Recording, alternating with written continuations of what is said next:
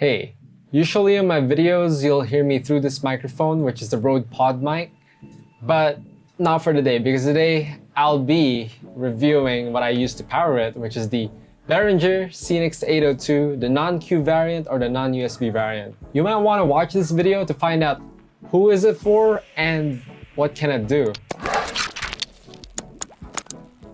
Who am I though? Alan Avila. I'm not an audio nerd. I'm not amazing with audios. I don't even know what half of this thing can do, but this is a product review from a consumer that uses this thing in a daily basis and someone that uses it to stream. So I am a live streamer. I'm a game content creator and I use this thing with this. And yeah, what's the experience with this thing?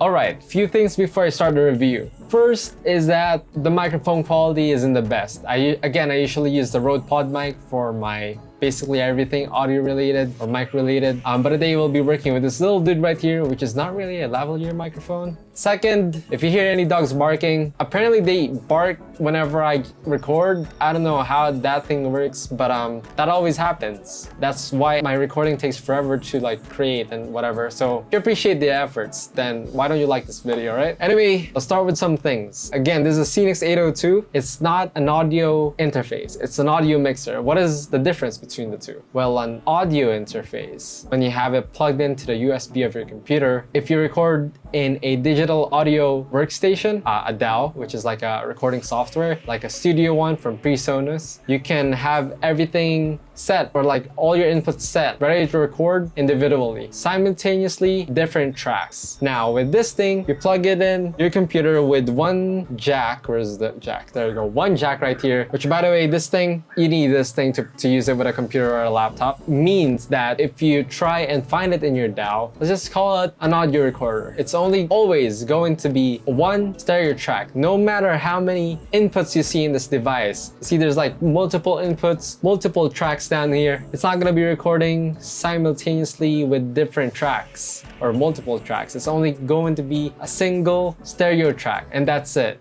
Now, what do I usually have plugged in this thing? Usually I have the Rode Pod mic, second a guitar cable right here with the acoustic guitar back there. So those are the main two things that I plug in this thing right here. Device itself, let's talk about it real quick. So it's pretty robust.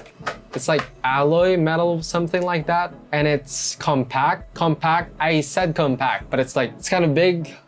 As big as my face, which is kind of big now. But for an audio mixer, live shows, live gigs, this will work out because it has a lot of inputs. Now, again, two XLR inputs on top right here. Under that, we got two line ins that can be powered by a phantom power. Now, what is a phantom power, you ask? Well, it's the thing that you turn on a audio interface, an audio mixer, and an audio USB mixer that can power a condenser microphone. But yeah, that's basically what it does. You have your gain right here. So plus 40 gain on both of these. Anyway, you got your EQs right here.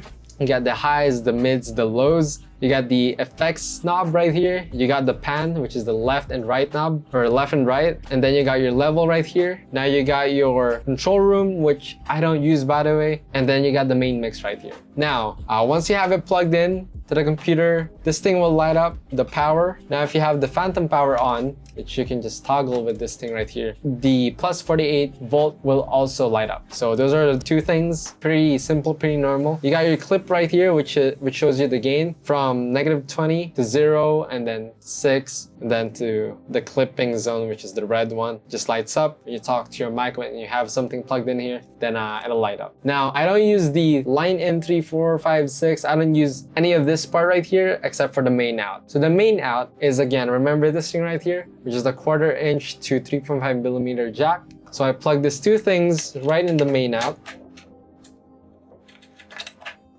Then I plug this in to the line in on my computer, and that's how it transmits everything that this thing hears to the computer. Now, there is a way to actually get your PC audio to this thing so you can, like, I don't know, just use this single device for your streams or whatever. Again, this is from a point of a streamer or a content creator or a YouTuber, not someone that actually records songs or something like that. It's all right. It is fine. My EQs are set here, but mainly whenever I am on the computer, I use Voimeter 15 bands or another software that can do more equalization than what this thing can do. It's only have 3 EQs right here. It just sums us up as a high, mids, low, but there's like in-betweens to those. So I still use software for my EQs. Now the pan left and right, which is useful in a way.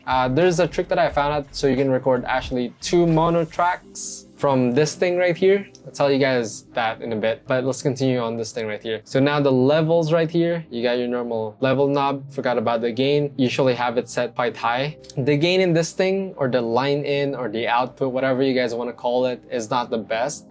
If you actually read other reviews about this thing, it's quite noisy than a normal audio interface amp. Some people doesn't even recommend this because it was too noisy. Now, as a live streamer, as a live broadcaster, I can use noise suppression softwares. Program nowadays have a noise suppression, which means it's alright because your friends are not gonna hear it. The stream is not gonna hear the noise. But of course, getting clean gain out of a preamp are the things that are inside this mixers. Now, mixers have cheap preamps but have a lot of inputs, and audio interface are built with better preamps so they can give more gain without having the hiss noise or the buzz noise. So that's what preamps do, alright? But this thing right here, not the best preamp, but I think it's alright if you're on a budget. Now again, I thought when I was starting out that there's a lot of inputs, all I need is one plug and it still works with separate tracks. That's one big thing about this thing. Again, because it's a single stereo track, it can't record multiple tracks at once.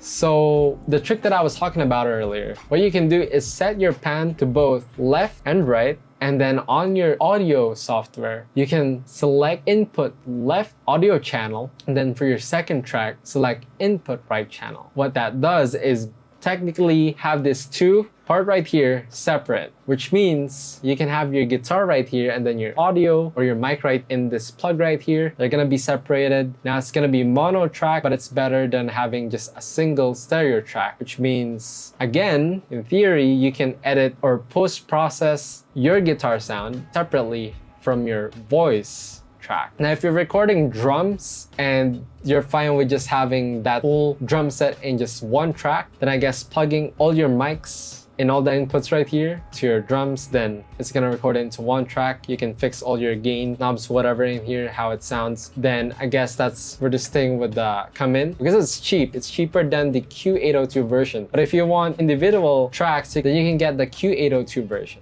I guess this video ended up like a story talking kind of video, right? About a mixer. But that's what a mixer is, what this thing is, and what it did for me. It's alright. It's not the best. If you want separate tracks, get an audio interface and add a mixer. Now, if you really want to get a mixer because it's cheap, it has a lot of inputs, I would suggest getting the Q802 version instead of just the 802 version. Now, this thing is already good for me because I only just really need one track. But whenever I sometimes record the guitar up there with the other guitar mic or whatever, or use this mic simultaneously, I do the left and right trick. Or sometimes I have to just record the first one with, let's say, this mic pointing at the guitar and then the guitar plug second after recording the first one. Anyways, yeah, I'll probably make another video about audio interface versus audio mixers. But again, this thing is cheap, and if you're into live production, I have a video down below on how to actually fully utilize this device or piece of tool right here. Yeah, I guess I would end my video here. I hope you got something out of it. It's mostly just me talking my experience about this